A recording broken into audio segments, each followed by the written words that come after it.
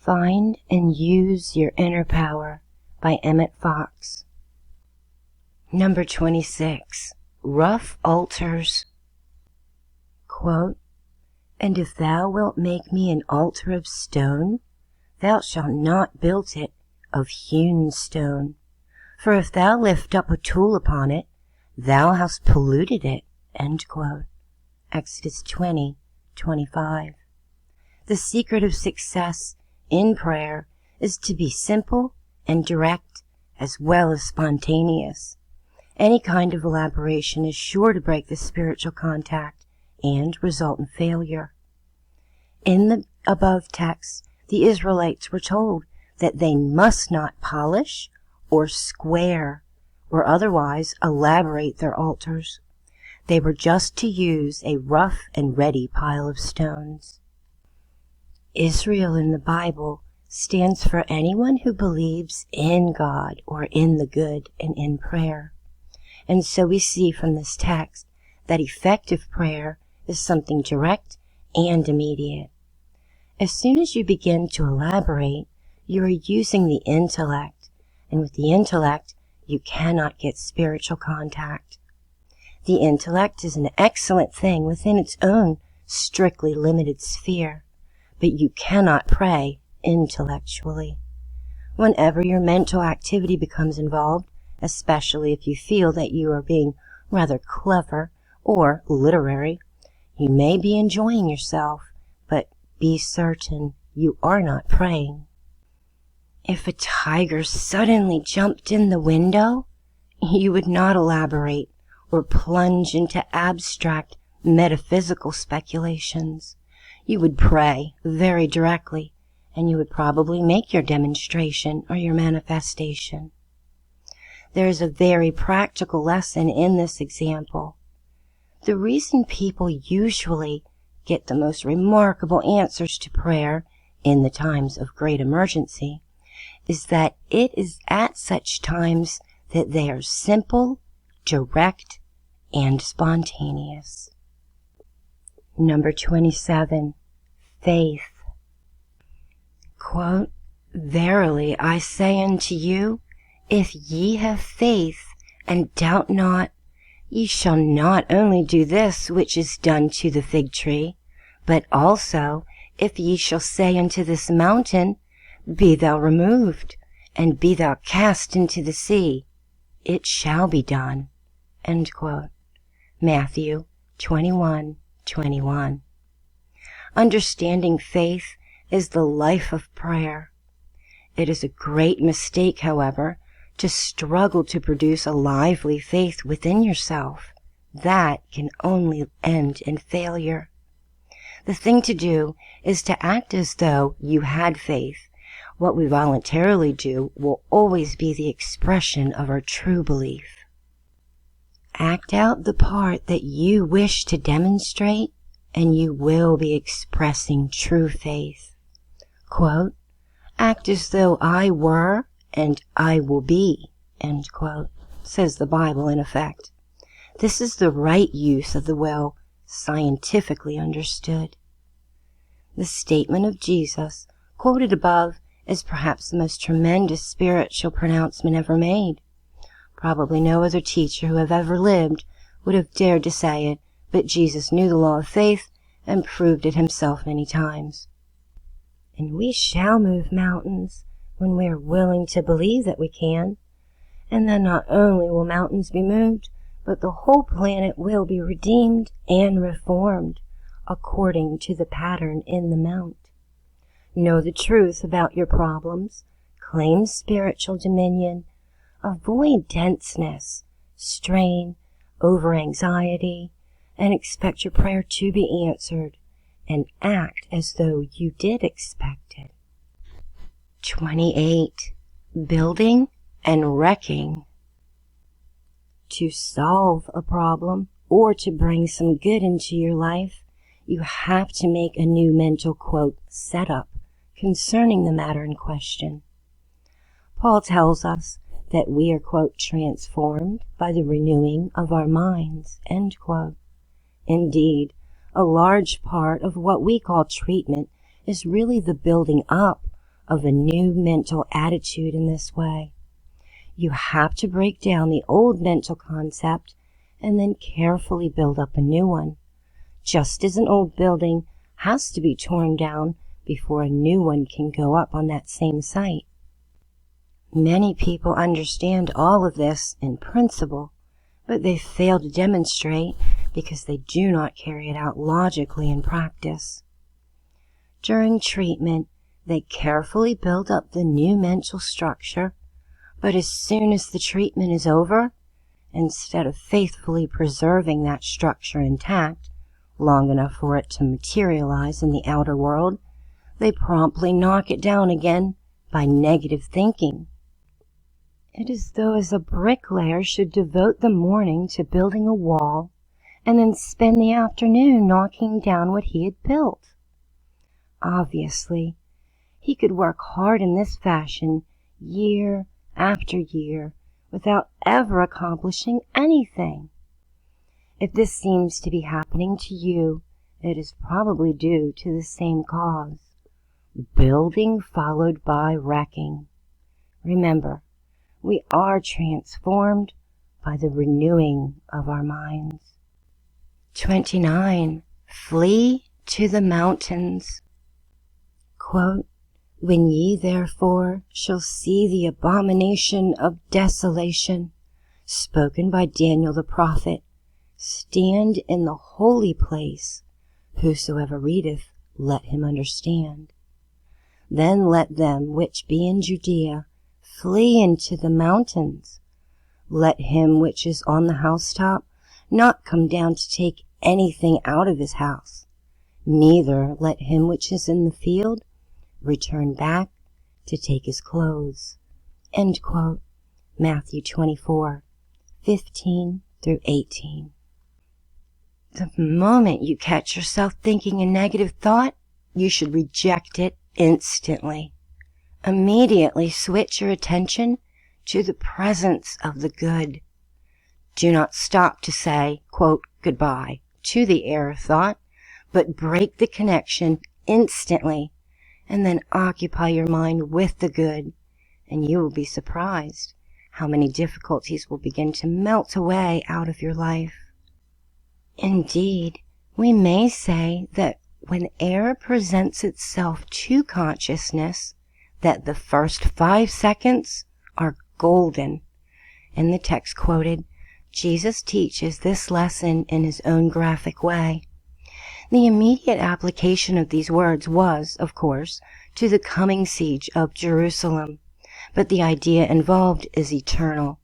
The holy place is your consciousness, and the abomination of desolation is any negative thought, because a negative thought means belief in the absence of the good at the point concerned. And those who are in Judea are those who believe that prayer does change things, and to flee to the mountains means to pray, especially that quick switching of thought to the presence of the good, which I have mentioned. The dramatic detail with which the lesson is illustrated makes it impossible that we should ever forget it when once we have the spiritual key. 30. Personality, true and false. The term, quote, personality is one which has been greatly misunderstood in the metaphysical movement. It is often used as being synonymous with error, but no greater mistake can be made. Indeed, this misconception is probably the sole cause of a good many failures to demonstrate or manifest. When things go wrong, people often say, quote, that is a case of personality, when they really mean false personality. The personality, rightly understood, is the good's expression on this plane. Your individuality is your spiritual identity, but this has to be expressed on the physical plane, and that expression is seen as personality.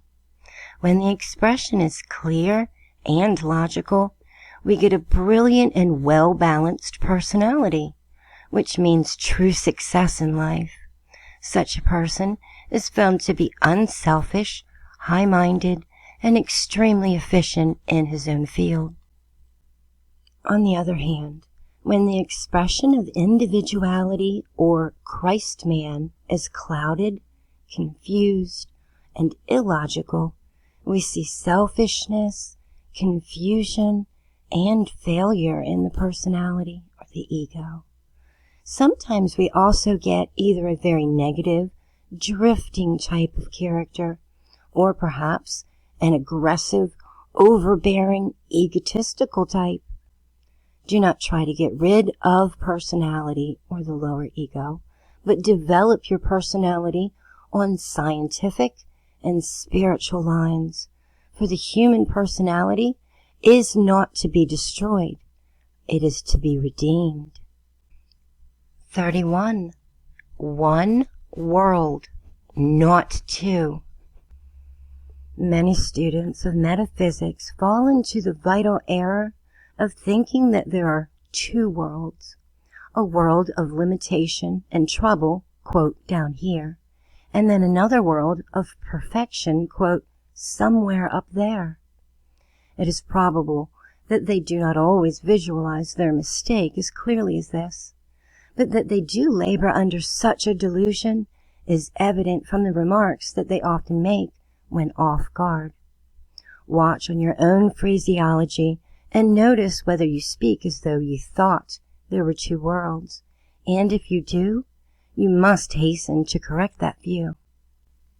For the truth is, there is one world, the world of the good, spiritual and perfect now, but that we see it in a limited and often distorted way, owing to our own false beliefs, and this distorted view of the real world is the so-called world of limitation.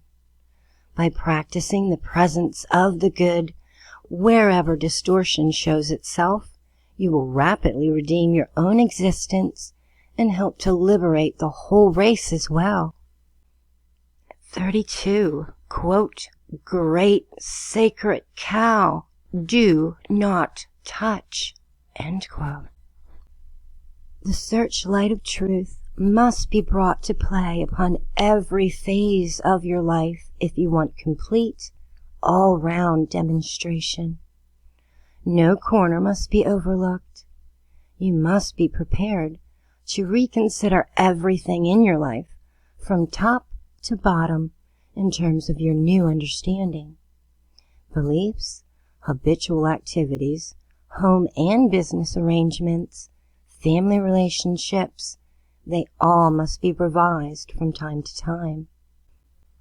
If present circumstances or arrangements are of a long standing, that is no reason for allowing them to continue.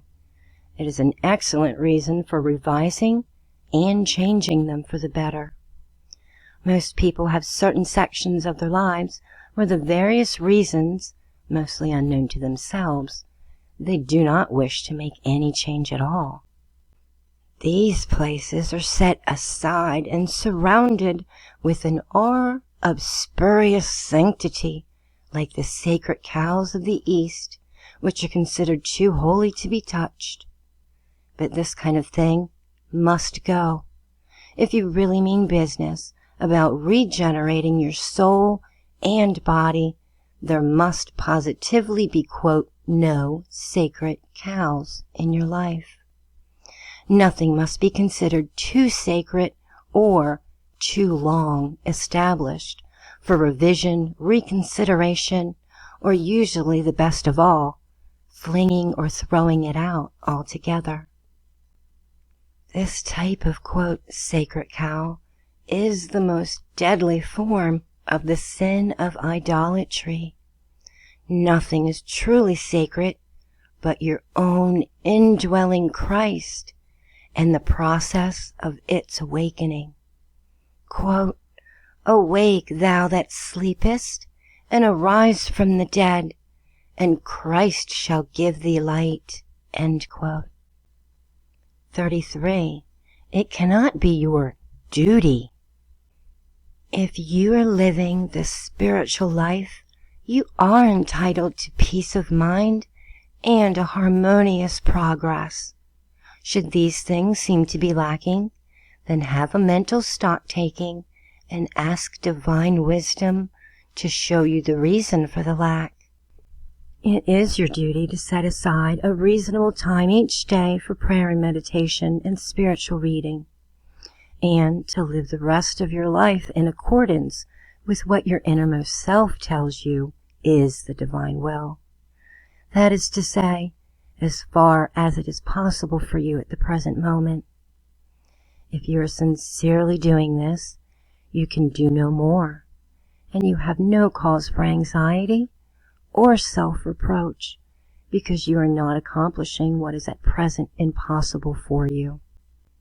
It cannot be your duty to do anything that is beyond your reach or your strength at the moment. It cannot be your duty to do anything that you do not have time to do.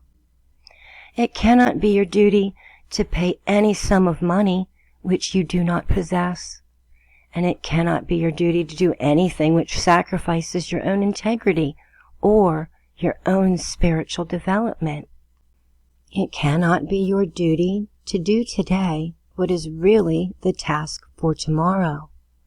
It cannot be right to perform a remote duty at the sacrifice of a nearer one.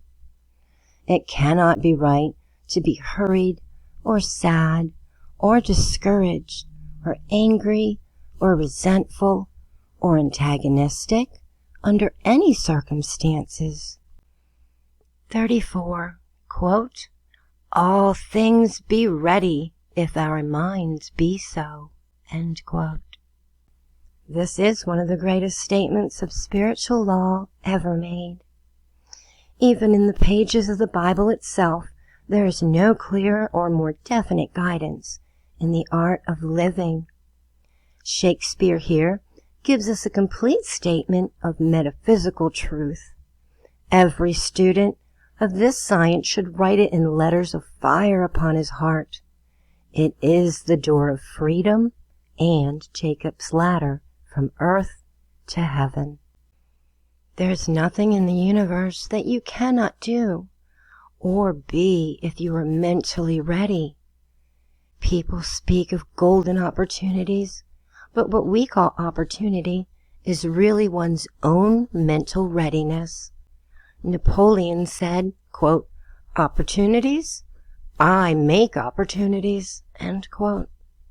And while this would be merely a vainglorious boast for one who is not on the spiritual basis, yet when you understand the truth of being, it is simply a statement of fact. The Romans could have had the telephone. The Greeks could have had the cinema.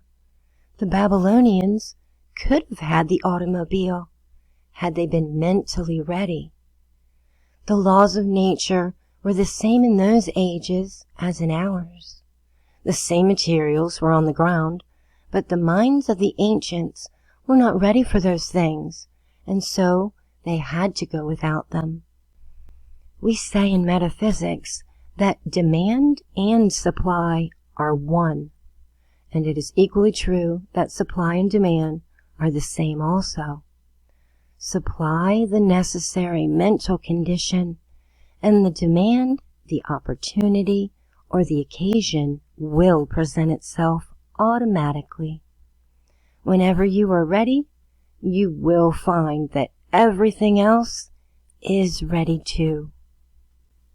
We'll continue on in the next video with some more Sparks of Wisdom by Emmet Fox. Until that next time, always remember, love yourselves and love each other unconditionally.